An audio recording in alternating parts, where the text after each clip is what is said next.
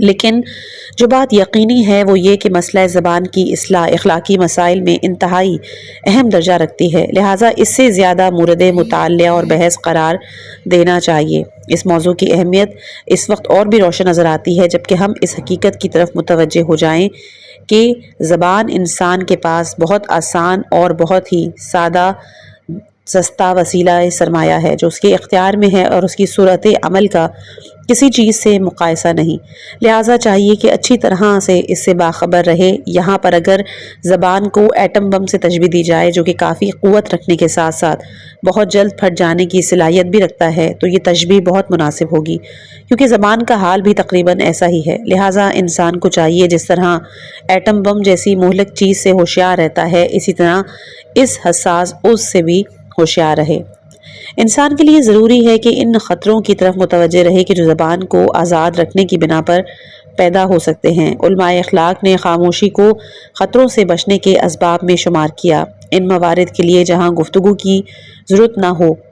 اس متعلق بہت سی روایات پیغمبر اکرم صلی اللہ علیہ وآلہ وسلم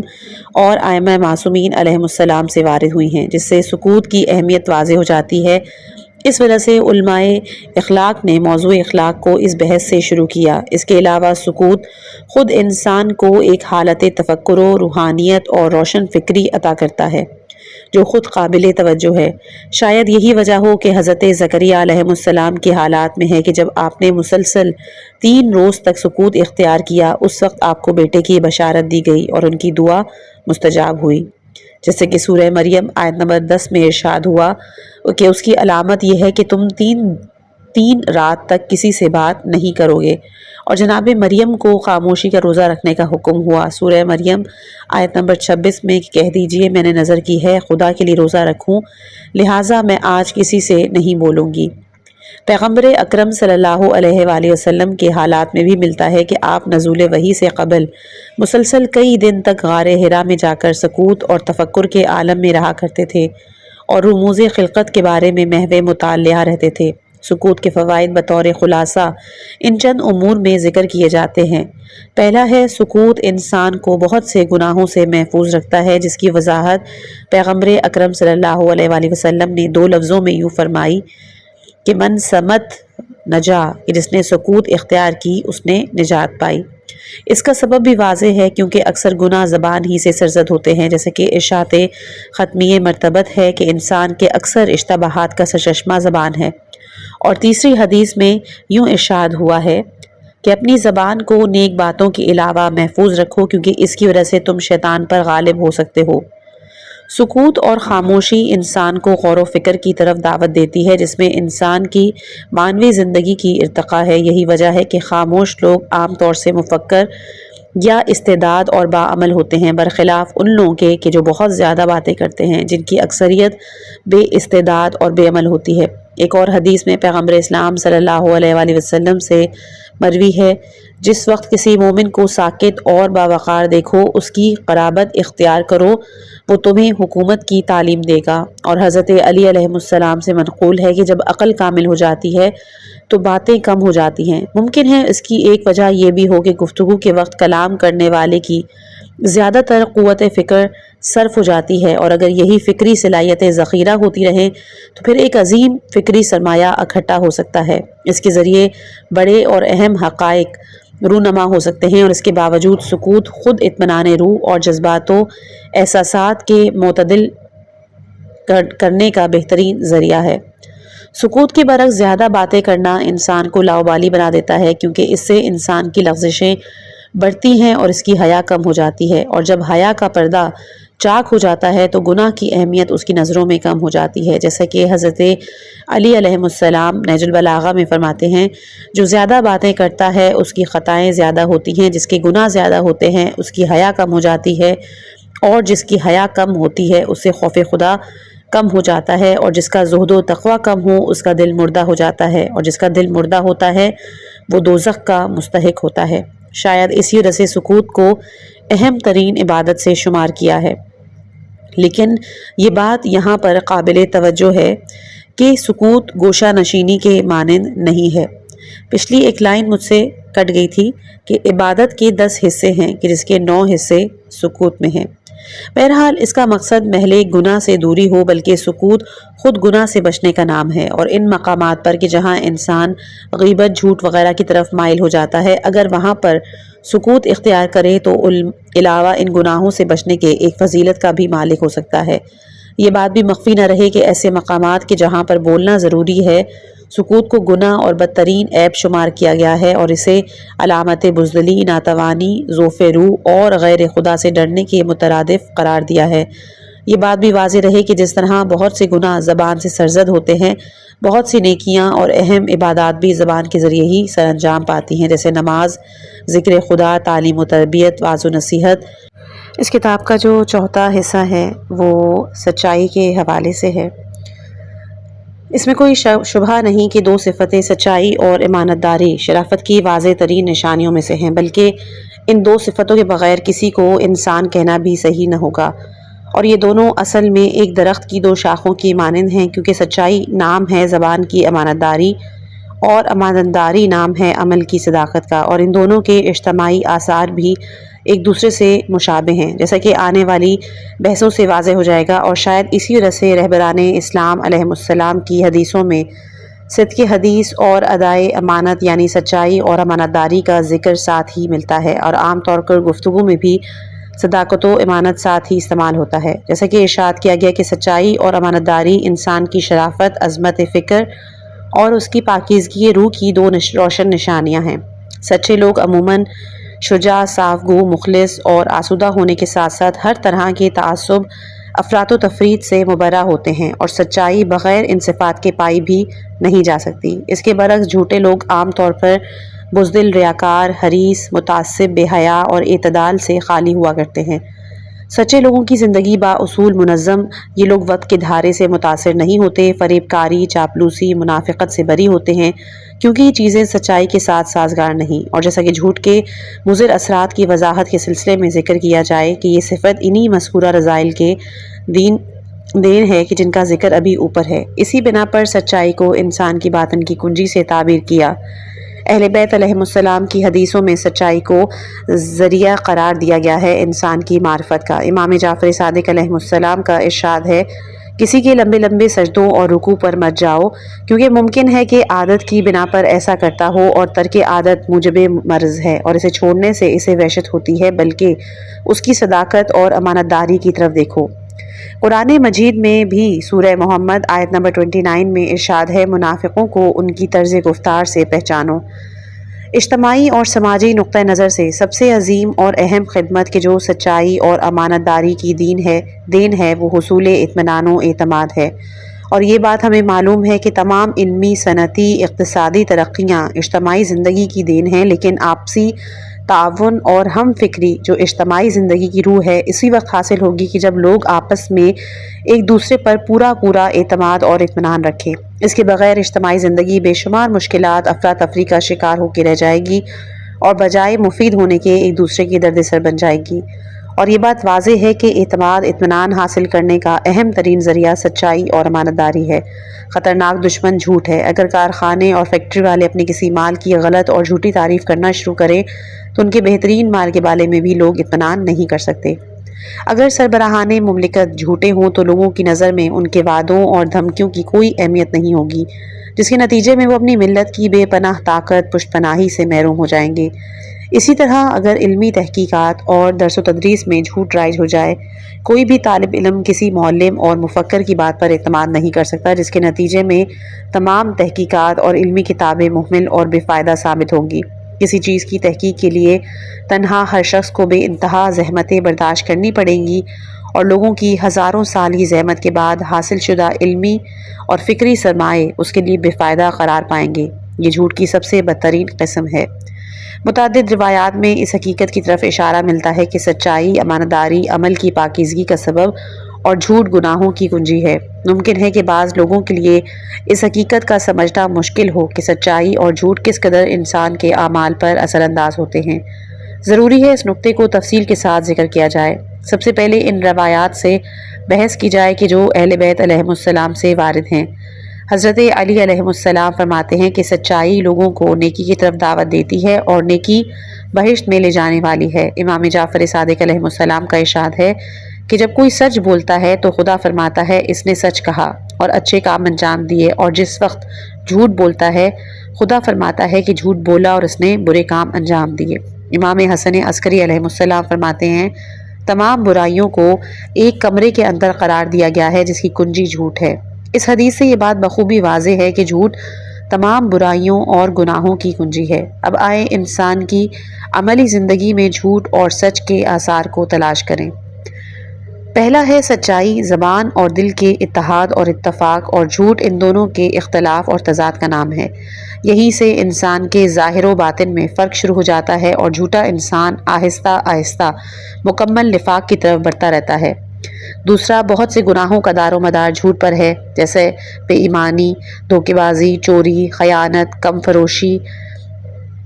احتکار، جھوٹے وعدے اور وعدہ خلافی۔ ان سب گناہوں کا سرچشمہ جھوٹ ہے، اور ایسے لوگوں کا کاروبار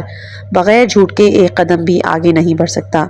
تیسرا، حاسد لوگ اپنے حسد کی آگ بجھانے کے لیے، مغرور اپنی بیجا بڑائی اور بزرگی ثابت کرنے کے لیے، چاپلوس لوگ اپنا پیٹ بھرنے کے لیے، لالچی اور دنیا پرست اپنا مقصد حاصل کرنے کے لیے عام طور سے جھوٹ پر ہی تکیہ کرتے ہیں۔ اسی کے ذریعے محسود کو لوگوں کی نظر میں ذلیل و حقیر ثابت کرنے کی کوشش کرتے ہیں، اسی کے ذریعے اپنے کو بڑا ثابت کرنے کی کوشش کرتے ہیں، اسی کے ذریعے طرح طرح کی چاپلوسی اور خوشامد کر کے اپنے حریص روح کو قانع کرنے کی کوشش کرتے ہیں۔ چوتھا، کہ جو شخص سچائی کے راستے پر گامزن ہے وہ خود بخود اپنی اس صفت کی بنا پر بہت سے گناہوں سے محفوظ رہتا ہے، کیونکہ اسے یہ فکر ہوتی ہے اگر کسی نے مجھ سے اس گناہ کے بارے میں سوال کر لیا تو اس کا سچا جواب اس کے لیے رسوائی کا سبب بنے گا، لہٰذا اس ذلت رسوائی سے بچنے کے لیے ہمیشہ ایسے افعال سے کنارہ کشی اختیار کرتا ہے، اور اس کی سچائی اسے بہت سے گناہوں سے روکتی ہے۔ پانچواں، کہ ایک جھوٹ بسا اوقات بہت سے گناہوں کا سبب بنتا ہے، کیونکہ زیادہ تر جھوٹ بولنے والے ایک جھوٹ کی توجیہ کرنے کے لیے درجنوں جھوٹ بولتے ہیں، یا پھر اس جھوٹ پر پردہ ڈالنے کے لیے دوسرے بہت سے جرائم کے مرتکب ہوتے ہیں۔ اس توضیح کے بعد یہ بات روشن ہے کہ اگر انسان واقعاً سچائی کو اپنا لے تو خود بخود بہت سے گناہوں سے بچ سکتا ہے، کیونکہ اکثر گناہوں کا سرچشمہ کسی نہ کسی طرح جھوٹ ہی قرار پاتا ہے۔ بغیر جھوٹ کے گناہوں کا بازار گرم نہیں ہو سکتا۔ جھوٹ تمام گناہوں کی کنجی ہے، اور سچا انسان بہرحال گناہوں سے بچنے پر مجبور۔ بہت سی روایات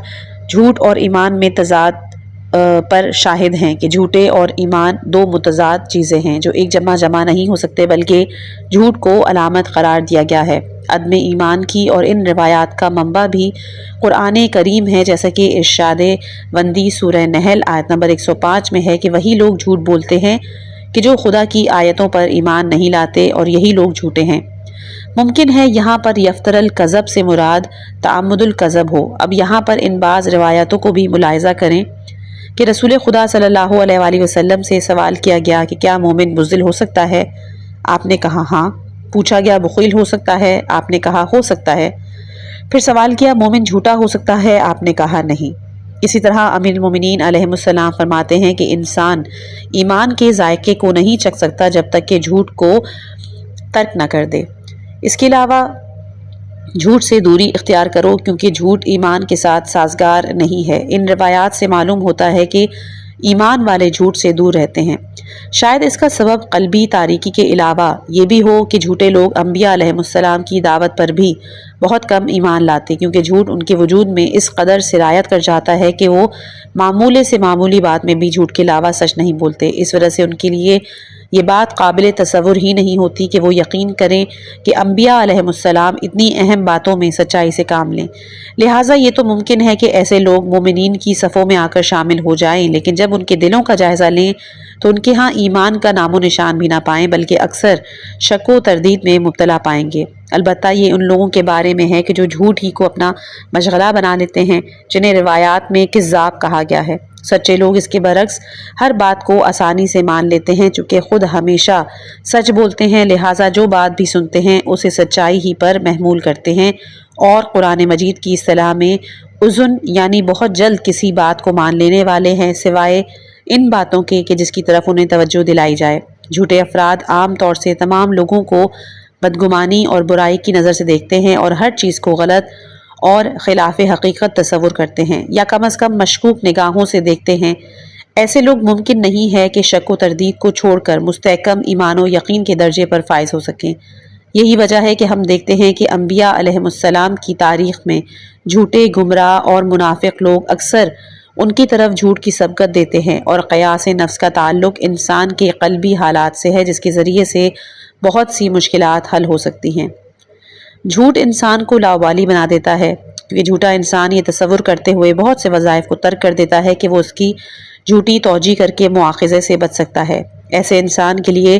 عہدہ اور پیکان کا پابند نہ رہنا، وقت کی پابندی نہ کرنا یا وظائف کو انجام نہ دینا آسان ہے،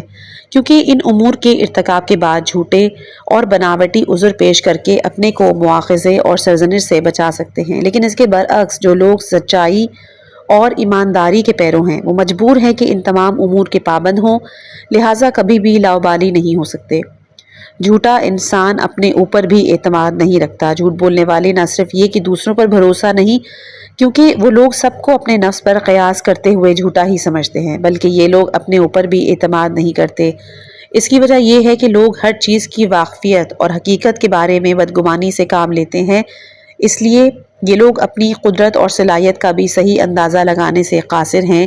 کہ وہ حوادث کے مقابلے میں کتنی استقامت دکھا سکتے ہیں اور کتنا حوصلہ رکھتے ہیں۔ حضرت علی علیہ السلام نہج البلاغہ کلمہ نمبر 28 میں فرماتے ہیں، جھوٹوں کی دوستی سے بچو، اس کی مثال سراب یعنی ریت جیسی ہے کہ دوری کو تمہارے لیے نزدیک بنا کے پیش کرے گی اور نزدیکی کو دوری ثابت کرے گی۔ اگرچہ یہ صفت یعنی حقائق کو منحرف کر کے پیش کرنا جھوٹے مصاحبین کے بارے میں بیان کی گئی ہے، لیکن جھوٹ کا عادی ہو جانے کے بعد ہر جھوٹ بولنے والے میں یہ صفت پیدا ہو جاتی ہے، اور یہ لوگ حقائق کے بارے میں ہمیشہ بدگمانی سے کام لیتے ہیں، چاہے اپنے ہی ذات سے متعلق کیوں نہ ہو، اور یہ انسانی زندگی کے لیے خطرناک ہے۔ جھوٹ کا سرچشمہ، جھوٹ کا سبب عام طور سے مندرجہ ذیل روحانی کمزوریاں ہوتی ہیں، جیسا کہ اس سے پہلے بھی اشارہ کہ ڈر، خوف، فقر و فاقہ، طرفداری کی قلت، عہدے، ریاست کی فکر، مال و منصب سے شدید لگاؤ، اس جیسی کمزوریاں انسان کو جھوٹ بولنے پر آمادہ کرتی ہیں۔ انسان ان کمیوں کو پورا کرنے کے لیے اس ناجائز وسیلے یعنی کہ جھوٹ کا سہارا لیتا ہے، اور کبھی کبھی تعصب یا محبت و عداوت کی زیادتی اور افراط انسان کو جھوٹ بولنے پر مجبور کرتی ہے، اور ان سب سے خطرناک وہ جھوٹ ہے کہ جو انسان علمی اور تحقیقی مسائل میں اپنے کو علامہ دہر ثابت کرنے کے لیے بولتا ہے۔ لیکن یہ بات اپنی جگہ مسلم ہے کہ تمام روحانی کمزوریاں انسان کو بدترین صفت یعنی جھوٹ کی طرف دعوت دیتی ہیں۔ ان کا اصل سبب انسان کی ایمانی کمزوری ہے۔ جو لوگ اپنے اوپر اعتماد نہیں رکھتے، ضعیف روح کے مالک ہیں، وہ حصول مقاصد اور نقصانات سے بچنے کے لیے جھوٹ، فریب، خیانت وغیرہ کو وسیلہ قرار دیتے ہیں، برخلاف ان لوگوں کے جنہیں اپنی شخصیت پر پورا اعتماد ہے اور قوی ہیں، یہ ہمیشہ اپنی کامیابیاں اپنی شخصیت میں تلاش کرتے ہیں۔ اس طرح وہ صاحبان ایمان کے جو خداوند متعال کی بے انتہا قدرت کے معتقد ہیں، ان تمام نعمتوں اور سعادتوں کا سرچشمہ ارادہ خداوندی کو جانتے ہیں، اس کی قدرت و حمایت کو ہر قدرت و حمایت سے بالا تر سمجھتے ہیں۔ یہ لوگ کبھی کسی مقصد کے حصول یا دفع ضرر کے لیے غلط اور ناجائز ذرائع کا سہارا نہیں لیتے، بلکہ ہمیشہ جھوٹ اور جھوٹے طریقوں سے بچتے ہیں۔ البتہ کبھی کبھی جھوٹ کے نقصانات سے غفلت اور سچائی کی اہمیت سے بے خبری یا پھر گھر، سماج اور دوستوں کا غلط ماحول انسان کو اس خطرناک صفت کا عادی بنا دیتا ہے۔ انسان میں احساس کمتری اور حقارت کا وجود بھی کبھی اسے جھوٹ بولنے پر مجبور کر دیتا ہے، تاکہ وہ جھوٹ کے ذریعے اپنی اس کمی اور ذلت کا جبران کر سکے۔ جھوٹ سے بچنے کے ذرائع، یہ معلوم ہونے کے بعد کہ جھوٹ کے اسباب کیا ہیں، کون کون سی صفات ہیں کہ جو اس خطرناک صفت کو قوی اور پائیدار بنانے میں مؤثر ہیں، اس کا علاج بھی کافی آسان ہو جاتا ہے۔ اس روحانی بیماری سے نجات حاصل کرنے کے لیے حسب ذیل طریقوں کو اپنانا ہے۔ پہلا، سب سے پہلے ایسے لوگوں کو جھوٹ کے دردناک نتائج اور بدترین اثرات مادی اور معنوی، شخصی اور سماجی کی طرف متوجہ کرنا ہے۔ آیات قرآن کریم، اقوال ائمہ معصومین علیہم السلام کی روشنی میں جھوٹ کی فرضی فوائد اور اس کے مفاسد کا موازنہ کرتے ہوئے انہیں اس حقیقت کا یقین دلایا جائے کہ جھوٹ کے وقتی اور فرضی فوائد اور اس کے بے شمار مفاسد کے مقابلے میں کچھ نہیں۔ اور یہ بھی بتایا جائے کہ اگر کہیں کہیں جھوٹ کی وجہ سے شخصی منفعت بھی ہوتی ہے تو وہ فائدہ وقتی اور جلدی ختم ہو جانے والا ہے، کیونکہ معاشرے میں زندگی گزارنے والے انسان کے لیے چاہے وہ کسی جگہ یا سوسائٹی کا رہنے والا ہو، لوگوں کے اعتماد و وثوق سے بڑھ کر کوئی سرمایہ نہیں کہ جس کا سب سے بڑا دشمن یہی جھوٹ ہے۔ یہاں اس نقطے کی طرف بھی توجہ ضروری ہے کہ بعض لوگوں کا یہ تصور کہ ممکن ہے انسان اس طرح جھوٹ بولے کہ وہ فاش نہ ہونے پائے تاکہ اعتماد وثوق بھی باقی رہے، یہ بہت بڑا اشتباہ ہے، کیونکہ تجربہ اور مشاہدہ اس کے خلاف ہے۔ اکثر جھوٹ بولنے والوں کا جھوٹ فاش ہو ہی جاتا ہے۔ اس کی وجہ یہ ہے کہ وہ حادثہ بھی واقعاً رونما ہوتا ہے، مکان، زمانہ، اشخاص اور دوسرے حادثات سے کسی نہ کسی طرح مرتبط ہوتا ہے، لیکن فرضی اور جھوٹا حادثہ ان تمام حالات روابط سے خالی ہوتا ہے۔ جو شخص جھوٹے حادثے کا موجد ہے اسے ان امور کی طرف توجہ نہیں ہوتی، اگر بہت ہوشیار بھی ہے تو اس کے ساتھ ساتھ چند جھوٹ اور گڑھ لے گا تاکہ اس کی مدد سے جھوٹے حادثے کو واقعی ثابت کر سکے، لیکن یہ بات اس کے امکان سے باہر ہے کہ وہ تمام مرتبہ حالات اور ربط کے بارے میں پہلے سے غور و فکر کر کے اقدام کرے، لہٰذا ایسا انسان چند مختلف سوالوں اور جرح کے بعد خود ہی اس جھوٹے حادثے کی توجیہ سے عاجز ہو جاتا ہے۔ مثال کے طور پر حضرت علی علیہ السلام کا وہ بہترین فیصلہ کہ جو آپ نے ایک نوجوان کے بارے میں فرمایا تھا کہ جس کا باپ کافی مال و اسباب کے ساتھ ایک مسافرت میں گیا، واپسی میں اس کے ساتھیوں نے اسے قتل کیا اور دعویٰ کیا کہ وہ راستے میں انتقال کر گیا۔ یہ اتہام لگانے والے دراصل اس کے قاتل تھے۔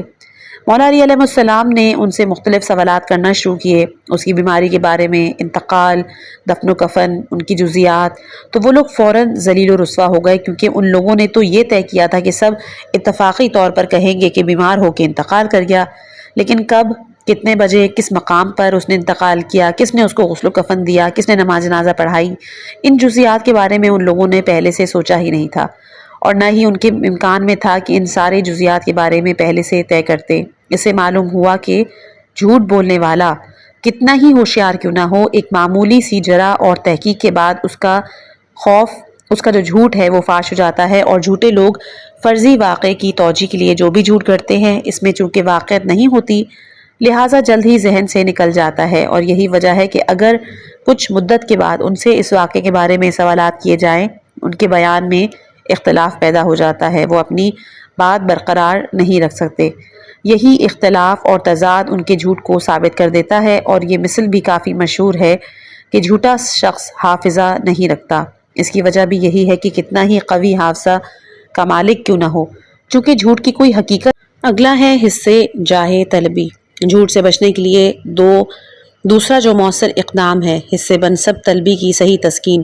کیونکہ اس کی عدم تسکین انسان کو جھوٹ بولنے کی فرضی جاہ و منصب کے اظہار پر مجبور کرتی ہے۔ اس غلط راستے سے انسان اپنی اس کمی کو دور کرنا چاہتا ہے اگر انہیں اس بات کا یقین دلایا جائے کہ ان کے وجود میں خود ایسی قوتیں، صلاحیتیں موجود ہیں کہ انہیں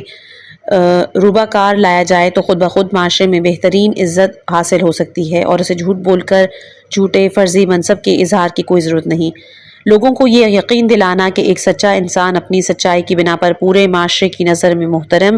اور قابل اعتماد ہوتا ہے، یہ ایک ایسا منصب اور سرمایہ معنوی ہے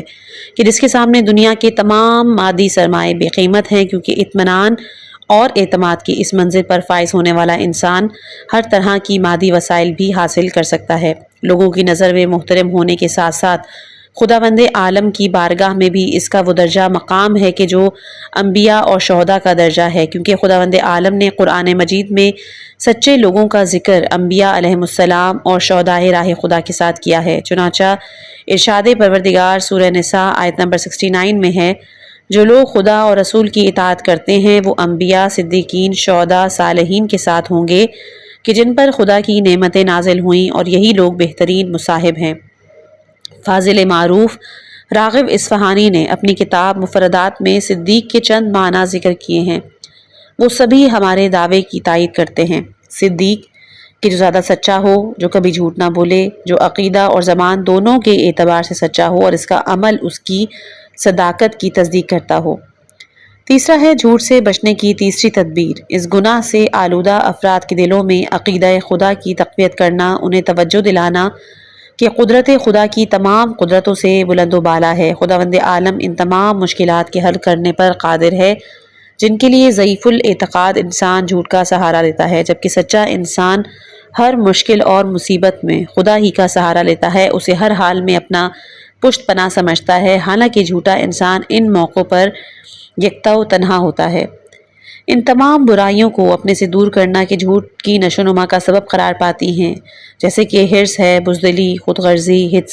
حد سے زیادہ دوستی یا دشمنی وغیرہ، ان برائیوں سے اپنے کو پاک کرے تاکہ یہ بدترین صفت انسان کے اندر پرورش نہ پا سکے۔ پانچواں کہ اس گناہ میں ملوث لوگوں کے ماحول اور معاشرے کو جھوٹے افراد سے پاک کر کے انہیں سچائی کے ماحول میں رکھا جائے تاکہ سماج کے پاکیزہ ماحول کو دیکھ کر وہ بھی آہستہ آہستہ اپنے کو اس برائی سے پاک کر سکیں۔ اور معاشرے کی اصلاح اسلامی احکام تربیت میں اتنی ہی زیادہ اہم ہے کہ مولائے متقیان حضرت علی علیہ السلام فرماتے ہیں، مزاحن بھی جھوٹ نہ بولے، اپنے چھوٹے بچے تک سے وعدہ خلافی سے کام نہ لے۔ والدین اگر واقعی اس قدر محتاط ہوں کہ وہ چھوٹے چھوٹے وعدے جو بچوں سے کرتے ہیں اس میں بھی سچے ہوں تو اولاد کے جھوٹے ہونے کا کوئی سوال نہیں پیدا ہوتا۔ جھوٹ کے استثنائی موارد۔ بزرگ فقہا اور علماء اخلاق نے اس موضوع کی افادیت سے استفادہ کرتے ہوئے بعض مقامات پر جھوٹ کو جائز قرار دیا اور ان میں سے بعض خلاصہ کر کے دو موارد ذکر کیے ہیں۔ پہلا ہے حالت اضطرار میں اور دوسرا مومنین کے درمیان صلح اور مصالحت کی غرض سے۔ پیغمبر اکرم صلی اللہ علیہ وآلہ وسلم سے منقول ہے کہ جھوٹی قسم کھا لو اور اپنے بے گناہ بھائی کو قتل سے نجات دو۔ یہاں دو باتوں کی طرف توجہ رکھنا ضروری ہے۔ اولاً یہ کہ ان تمام مستثنی موارد کی بازگشت اصل میں صرف ایک موضوع کی طرف ہوتی ہے، وہ یہ کہ جھوٹ کے مصالح و فوائد جن مقامات پر اس کے مفاسد پر غالب ہوں گے وہاں جھوٹ بولنا جائز ہے، اور یہ بات صرف جھوٹ ہی سے مختص نہیں بلکہ سبھی محرمات جیسے مردار کھانا، یتیم کو ایذا پہنچانا وغیرہ بھی حفاظت نفس یا تعذیب وغیرہ کی غرض سے جائز ہے۔ اور جو موارد احادیث میں ذکر ہیں بطور مثال مومنین کے درمیان مصالحت کرانا، ان کے دلوں سے کینہ و عداوت کو دور کرنا، اس جھوٹ سے کہیں زیادہ اہم ہے کہ جس سے کسی کو ضرر پہنچے، اس لیے ایسی جگہ پر جھوٹ کو جائز قرار دیا گیا ہے۔ اسی طرح حفاظت نفس مومن یا عزت وغیرہ کے تحفظ یا جنگ کے موقع پر جہاں ایک جھوٹ کبھی کبھی جنگ کے خاتمے یا بہت سے مومنین کو قتل و غارت سے بچانے کا سبب قرار پاتا ہے یا ظالم و جابر کی شکست و ذلت کا سبب بنتا ہے، اس طرح کبھی کبھی میاں بیوی کے درمیان ایسی گفتگو چھڑ جاتی ہے کہ اگر وہاں جھوٹ کا سہارا نہ لیا جائے تو جدائی یا بدترین عورتوں کا سامنا کرنا پڑتا ہے۔ ان مقامات پر چونکہ جھوٹ کے مصالح فوائد اس کے فساد سے زیادہ اہم ہیں، اس لیے جھوٹ کو جائز قرار دیا گیا ہے۔ اور اگر ہم بغور ان موارد کا مطالعہ کریں تو بات واضح ہو جائے گی کہ ان موارد میں جھوٹ کا مفسدہ اور ضرر بہت کم اور نہ ہونے کے برابر ہے۔ دوسری بات یہاں پر قابل توجہ کہ ان موارد میں جھوٹ کا جواز بالکل اسی طرح ہے جس طرح حالت اضطرار میں مردار چیز کا کھانا کہ صرف ضرورت تک اکتفا کیا جائے، ضرورت برطرف ہوتے ہی اس طرف حرام اور ناجائز ہو جائے گا، نہ یہ کہ مستثنی موارد انسان کو اس گناہ کبیرہ کی طرف سے جری بنا دیں۔ یہ بہانہ لے کر ہر معمولی سے فائدے کے لیے جھوٹ کو جائز سمجھنے لگے، کیونکہ زیادہ تر اخلاقی برائیاں انہی استثناء سے غلط فائدہ اٹھانے کی بنا پر پیدا ہوتی ہیں۔ ان کی حیثیت ان مشتبہات جیسے جو خطرے اور ممنوع منطقوں سے متصل ہوتے ہیں، جیسے روایات میں تعبیر ہے کہ محرمات خدا کے ممنوعہ منطقے ہیں، اور جو شخص اپنے جانوروں کو ممنوعہ علاقے کے قریب چرائے گا اس بات کا خطرہ ہے کہ جانور اس ممنوعہ منطقے میں داخل ہو جائیں گے۔ غزالی نے اپنی کتاب احیاء العلوم کے جس فصل میں جھوٹ کے مستثنی موارد کے بارے میں بحث کی ہے اس کے آخر میں لکھتے ہیں کہ بعض لوگ یہ تصور کرتے ہیں کہ اعمال کی فضیلت یا گناہوں سے ڈرانے کے سلسلے میں جھوٹی احادیث بنا کر پیش کرنا جائز ہے۔ پھر لکھتے ہیں کہ یہ ایک ہوس اور باطل خیال ہے، کیونکہ اس جھوٹ کے مصالح اس کے مفاسد کے برابر نہیں ہو سکتے۔ اس کے علاوہ بے شمار آیات صحیح روایتوں کے ہوتے ہوئے اس کی کوئی ضرورت نہیں۔ اس کا سب سے بڑا نقصان یہ ہے کہ اس کی وجہ سے تمام امکان شریعت غیر معتبر اور مشکوک ہو جائیں گے۔ میری نظر میں یہ کام بالکل غیر معقول اور احمقانہ ہے۔ اس کا سبب ان لوگوں کی جہالت اور بے خبری ہے۔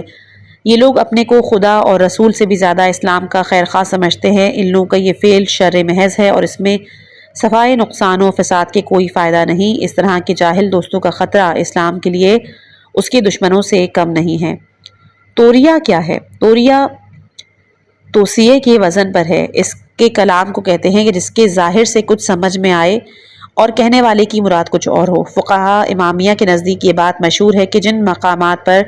جھوٹ بولنا جائز ہے وہاں توریہ کرنا ضروری ہے، اور جہاں تک ممکن ہو تو یہ صراحتاً جھوٹ کا مرتکب نہ ہو۔ علماء اہل سنت کی بعض عبارتوں سے بھی پتہ چلتا ہے کہ یہ موضوع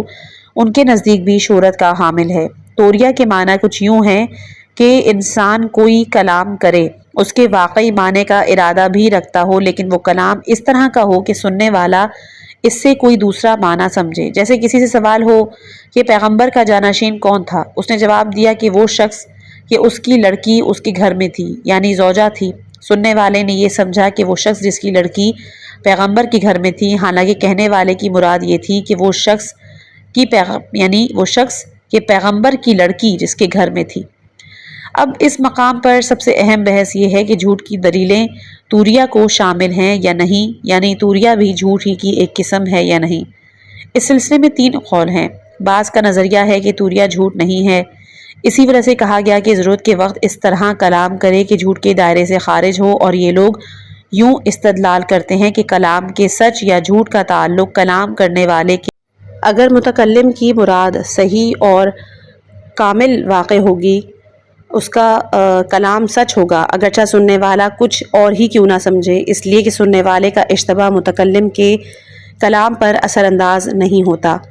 حضرت ابراہیم علیہ السلام کے قول کی توجیہ کے لیے جو آپ نے بت پرستوں کے جواب میں فرمائی تھی کہ بلکہ ان کے بڑے نے یہ کہا کہ اگر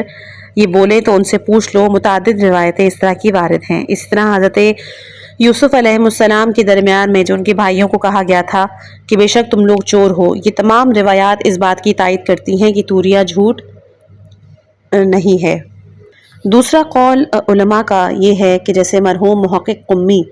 کہ توریہ جھوٹ ہی کا جز ہے، کیونکہ سچ اور جھوٹ کا معیار ظاہر ہے کہ کسی معنی میں ظہور رکھتا ہے نہ کہ مراد متکلم۔